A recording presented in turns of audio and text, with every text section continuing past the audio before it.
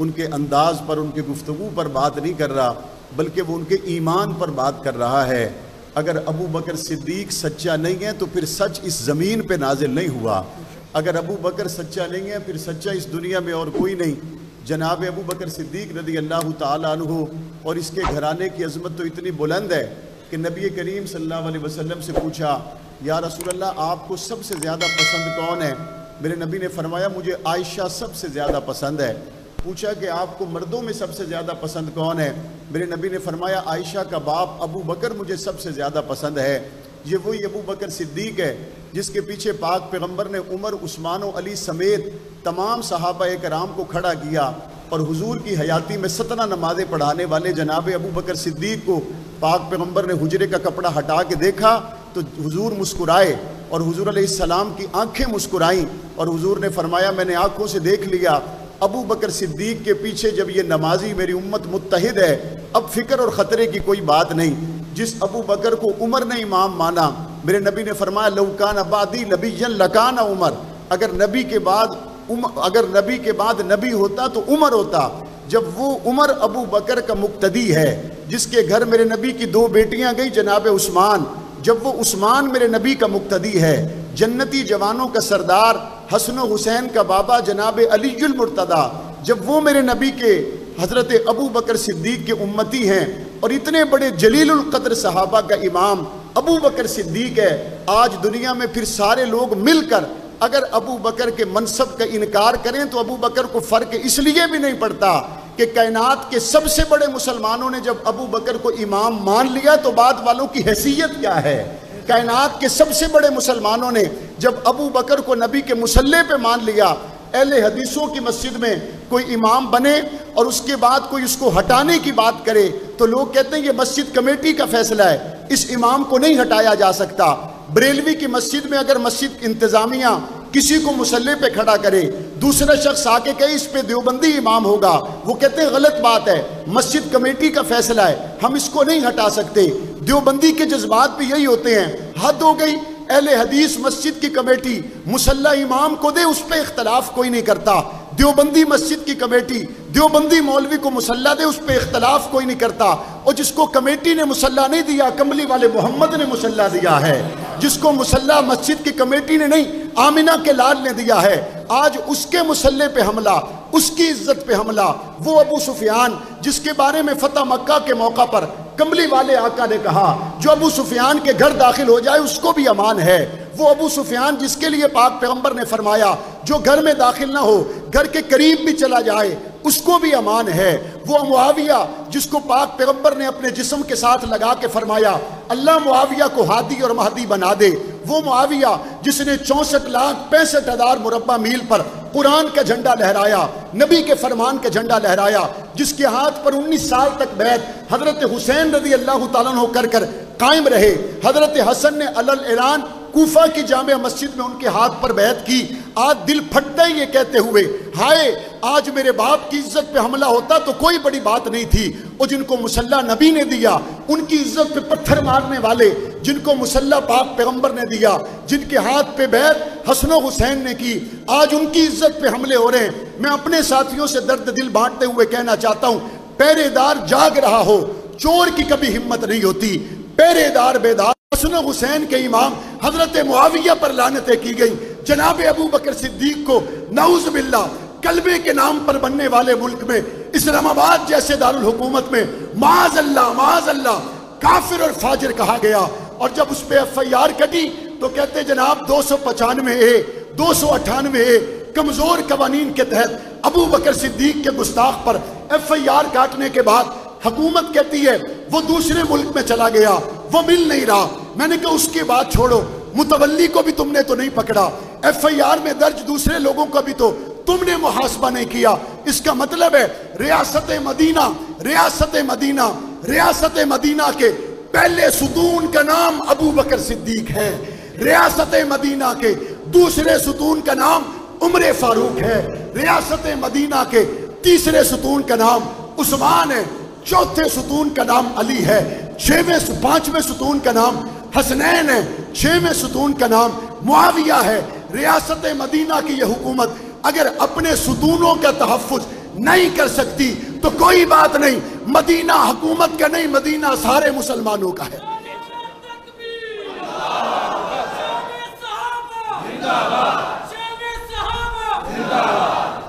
اس مرکز میں آج بریلوی، دیوبندی، اہل حدیث، شرک پور شریف کی گدی کے وارث محترم جناب جلیل احمد شرک پوری نقشبندی ایم پی اے، مولانا الیاس چنوٹی، علامہ ابتسام الہی ظہیر اور مجھ جیسا خاکسار گناہگار اگر اکٹھے کھڑے ہیں، خدا کی قسم ابو بکر صدیق کی وجہ سے کھڑے ہیں۔ اور ہم نے یہ فیصلہ کر لیا ہے، اے ابو بکر صدیق، آپ کے تحفظ کے لیے اگر ہمیں اپنے بچے یتیم کروانے پڑے تو ہم کروا جائیں گے۔ ہم حضرت ابو بکر صدیق کی ناموس کے لیے، حضرت فاروق اعظم کی ناموس کے لیے، کون ابو بکر؟ جس نے ڈنگ برداشت کیے، مصطفیٰ کا پیرا نہیں چھوڑا۔ ابو بکر ہم ڈنگ برداشت کر لیں گے لیکن آپ کا پیرا نہیں چھوڑیں گے۔ اور اس کالے نے ڈنگ مارنے کے باوجود ابو بکر کی ایڑی کو کراس نہیں کر سکا تھا۔ وہ کالے، تو ابو بکر پہ حملہ کرتا ہے، جتنے حملے کر لے ابو بکر کے غلاموں کی خاک کو بھی نہیں پہنچ سکتا۔ جب تک چوکیدار بیدار رہے گا، حملہ آور حملہ نہیں کر سکتا۔ آج کراچی سے پشاور تک دیوبندی، بریلوی، اہل حدیث، تمام اہل و سنت بیدار ہیں، اور یہ بیداری انشاءاللہ ثم انشاءاللہ اس نتیجے تک پہنچے گی کہ پاکستان کی دھرتی پر وہ نظام آئے گا جس کو مدینے میں بیٹھ کے صدیق نے چلایا تھا۔ آج پنجاب اسمبلی کی مسجد کا افتتاح ہوا، پرویز الہی صاحب، حمزہ شہباز صاحب، ہم سارے اکٹھے تھے۔ مجھے صحافی نے پوچھا، مسجد کے افتتاح پہ اکٹھے ہیں، اسمبلی کے اندر جدا جدا ہو جاتے ہیں، وجہ کیا ہے؟ میں نے کہا مسجد کے لیے اس لیے اکٹھے ہوتے ہیں، اللہ کا گھر ہے، رسول کی بات ہوگی، قرآن پڑھا جائے گا، صحابہ اہل بیت کے ترانے ہوں گے، اسمبلی کے اندر بھی قرآن نافذ کر دو، سارے اکٹھے ہو جائیں گے۔ نون League, P T I, People's party, سارے مسئلے حل ہو جائیں گے اگر ابو بکر صدیق والا نظام خلافت راشدہ اس ملک میں آ جائے۔ اس کے لیے ہمیں بیدار رہنے کی ضرورت ہے۔ ہم بیدار ہیں اور انشاءاللہ بیدار رہیں گے، اور مجھے امید ہے جو بیداری پیدا ہوئی ہے اب یہ مزید بڑھے گی۔ اللہ تعالی صحیح جمیلہ کو قبول و منظور فرمائے اور ہمیں ناموس رسالت، ناموس صحابہ کے لیے ہر اقدام اٹھانے کی توفیق دے۔ ہم خیر مقدم کرتے ہیں تمام آنے والے معزز علماء اور ممبران اسمبلی کا، جنہوں نے اللہ تعالیٰ کے فضل و کرم سے ناموس صحابہ کی بات کی ہے، اور اللہ کے فضل و کرم سے ناموس صحابہ کے لیے ہم سب قربانیاں دینے کے لیے تیار ہیں، انشاءاللہ دینے کے لیے تیار ہیں آپ انشاءاللہ۔ اللہ کے فضل و کرم سے تحفظ بنیاد اسلام بالمنظور ہو کے رہے گا، اور صحابہ